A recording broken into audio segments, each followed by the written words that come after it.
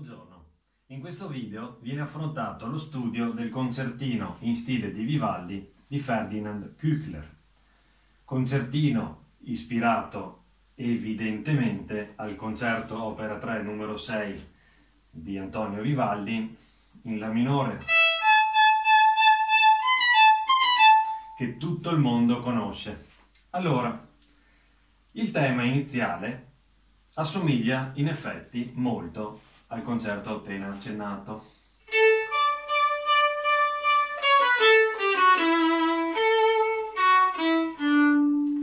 Abbiamo diverse modalità di esecuzione, una più, come dire, più solida, con le note tutte tenute.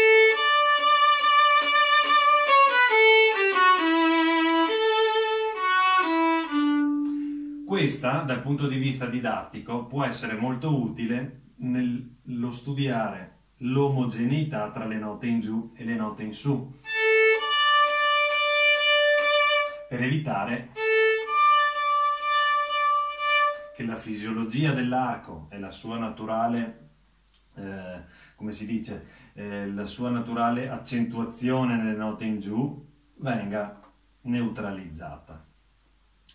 Un'altra maniera di interpretare questo motivo iniziale può essere invece quella di dare una direzione alle note ribattute verso il quinto re.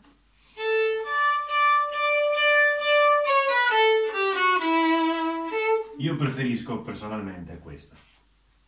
Una cosa su cui va prestata molta attenzione è che la cellula con le due semicrome non deve essere interpretata come questo e questo, bensì le due semicrome devono essere intese come levare della croma successiva, quindi un. In questo modo, oltre a dare un senso musicale più efficace, si riesce a limitare il difetto di anticipare le due semicrome, che molto spesso si sente negli allievi. Molto spesso si sente questo. Pensandole come un levare della croma successiva,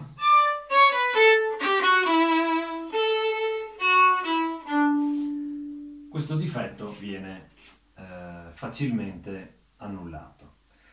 Una cosa abbastanza ovvia, ma che è sempre bene ripetere, è quella di sfumare la fine della frase.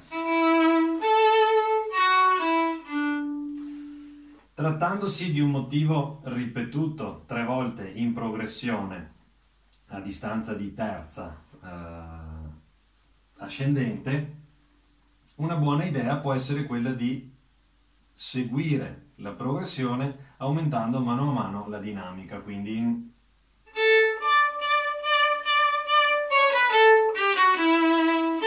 sfumo di più,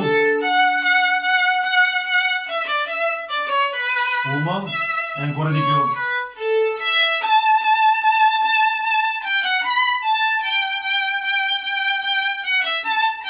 Ed eccoci ad un passaggio di semicrome.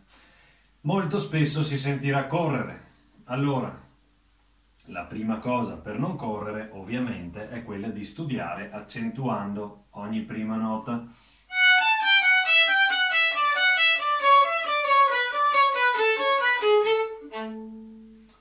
Naturalmente questo non va fatto durante l'esecuzione, perché l'esecuzione invece deve essere un'unica linea di semicrome.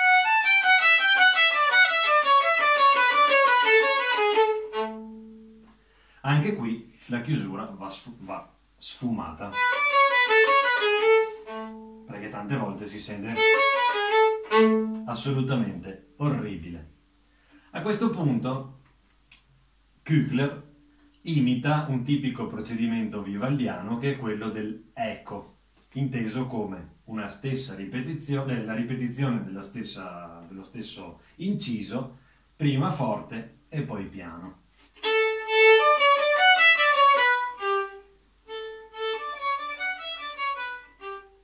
In questo caso l'autore ci propone una legatura, un'arcata, scusate, che io non ho di proposito rispettato, che è la seguente: forte levare in su, battere in giù, piano levare in giù. Se da un lato questa cosa può essere utile dal punto di vista dello studio tecnico, come abbiamo visto in altre situazioni, ovvero studiare il levare in giù e il battere in su per contrapporsi alla naturale dinamica dettata dalla fisiologia dell'arco, credo che trattandosi di un brano comunque di musica non sia il contesto più appropriato per studiare questi aspetti, per cui io modifico l'arcata che si trova nella partitura e faccio entrambe sia il forte che il piano li eseguo con il levare in su. Sfumo, forte, cambio l'arcata ancora, e adesso abbiamo un altro passaggio di semicrome che per gli allievi che affrontano questo brano non sempre è così agevole, perché c'è questo quarto, terzo, quarto, terzo, quarto, terzo con le dita vicini, re, do diesis, re, do diesis, re, do diesis, che non è una cosa così comoda per i principianti.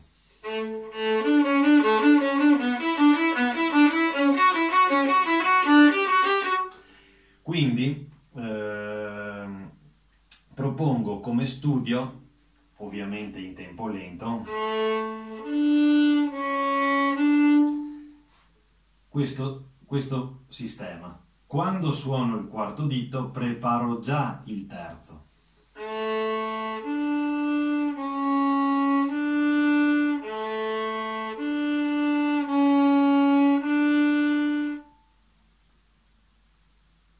A questo punto lo studierò dando un piccolo accento a ogni semicroma, come abbiamo fatto, a ogni prima semicroma di quartina, come abbiamo fatto prima.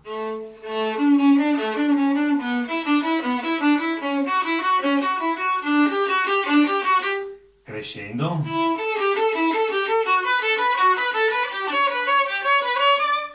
Mi raccomando l'intonazione di queste ultime semicrome, sol, do, si, do, nella relazione di tritono, quarta aumentata, in cui le dita devono essere molto vicine, con il do diesis che spinge verso l'acuto e quindi si avvicina al terzo dito sol.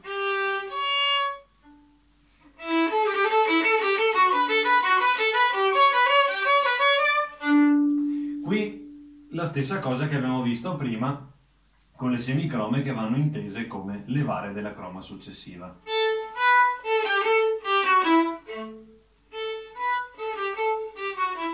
Stesso discorso per l'arcata, io preferisco studiare e eseguire in su, anche dove è scritto in giù nel piano. Dopodiché abbiamo un'altra progressione simile all'inizio, anzi uguale, quindi non mi dilungo, e arriviamo alla battuta 27, cioè la penultima della prima pagina, la penultima riga della prima pagina, ad una progressione in cui sono scritte delle semicrome, delle scale di semicrome.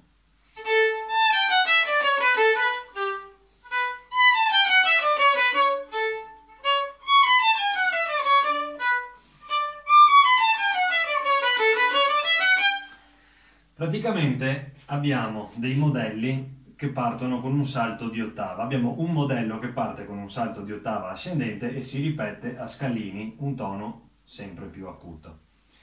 Fino a quando rimaniamo nell'ambito della prima posizione non ci sono naturalmente problemi di diteggiature. Quando arriviamo ad avere il modello do-do, do diesis, abbiamo due diteggiature possibili.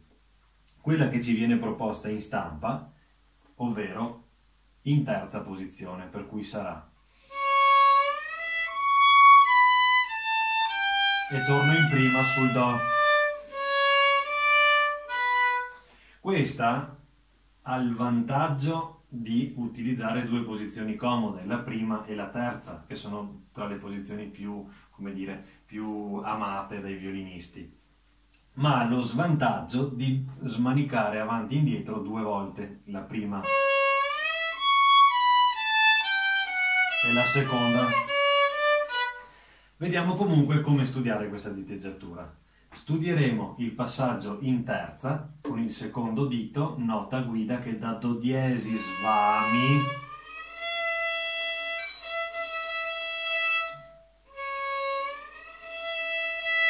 e poi su questo mi costruisco l'intonazione del do diesis. Quindi a tempo sarà questo: do, mi, do, poi diventerà do, o, sempre più corto, acciaccatura, fino a non farlo sentire. Naturalmente nel tragitto il dito alleggerirà la pressione fino al raggiungimento della nota in terza posizione. La stessa cosa al ritorno.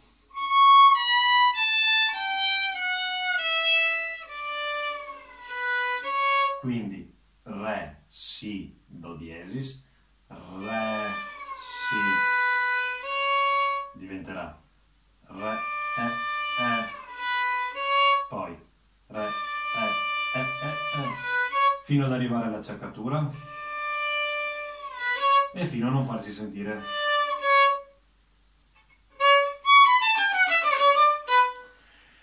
La diteggiatura alternativa, che già il mio maestro di conservatorio mi aveva proposto, è in seconda posizione.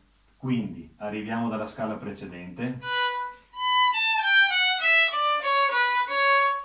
nella pausa dove c'era l'1 andrà al 2, do diesis, ho quindi una relazione di ottava tra 1 e 4 e tutta la scala viene eseguita nella stessa posizione.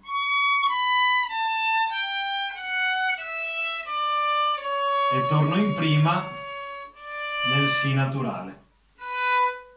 Per chi ha dimestichezza con la seconda posizione, sicuramente questa diteggiatura è migliore. Dopodiché non c'è alternativa a quella proposta invece dall'autore nella stampa.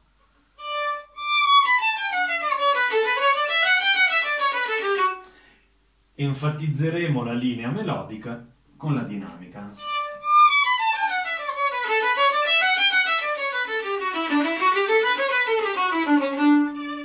Ed eccoci ad un passaggio invece di carattere contrastante, un cantabile. Anche qui l'arcata che ci viene proposta non mi trova d'accordo. Un levare in giù è una cosa assolutamente antimusicale, quindi questo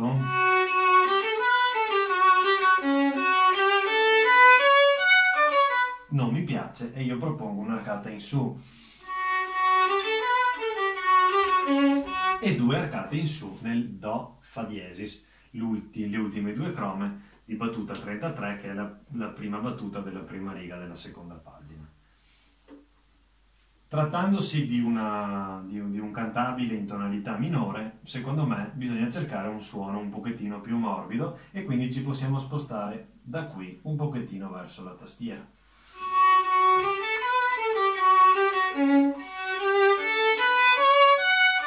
Piano.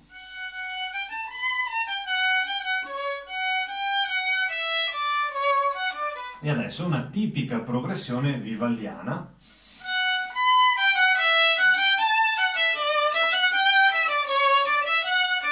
Su ancora. Su.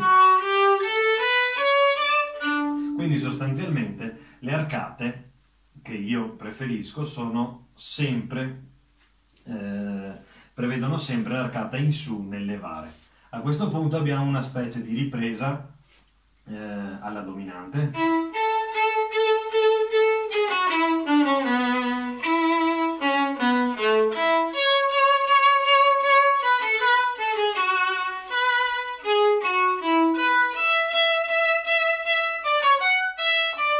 Anche qui l'arcata, nella prima parte forse non l'ho detto, può essere eseguita con 2 note in su.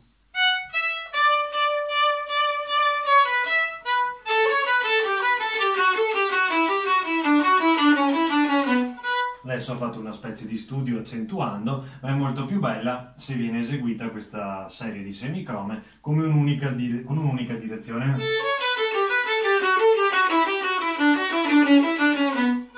Ed eccoci al passaggio spesso temuto dagli allievi. Allora, alcuni consigli tecnici. Tenere le dita il più possibile sulla corda, ad esempio nella prima battuta il primo dito non si deve mai alzare.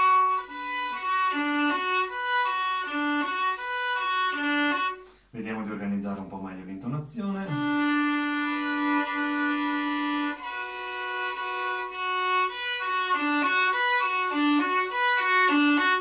Inoltre è consigliabile studiare molto lentamente, anticipando il piazzamento del dito in anticipo, o in questo caso sto parlando del secondo dito.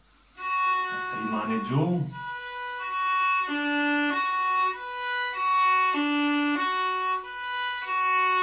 Eccolo qua il piazzamento anticipato, il terzo. Ovvero, faccio rivedere, mentre sto suonando la terza quartina, nell'ultima nota metto già il terzo dito. Ed è pronto. La stessa cosa, nella battuta successiva, metto il terzo e il primo in anticipo e li tengo giù il più possibile. Preparo il quarto. Dopodiché, dopo aver studiato in maniera assolutamente pedissequa il piazzamento anticipato delle dita, studio i giri di corda, ammorbidendo all'infinito la curva.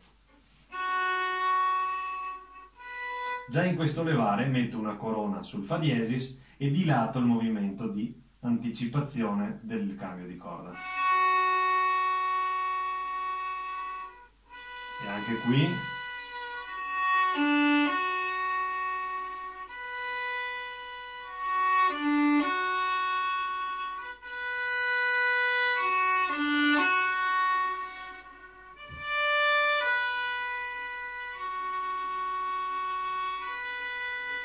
sostanzialmente ogni nota che prevede un cambio di posizione, di corda, scusate,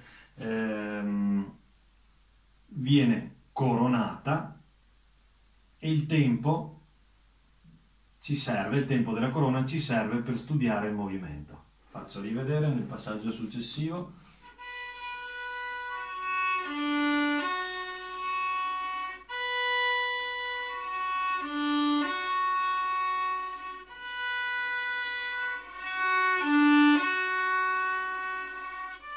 A questo punto possiamo eseguirlo.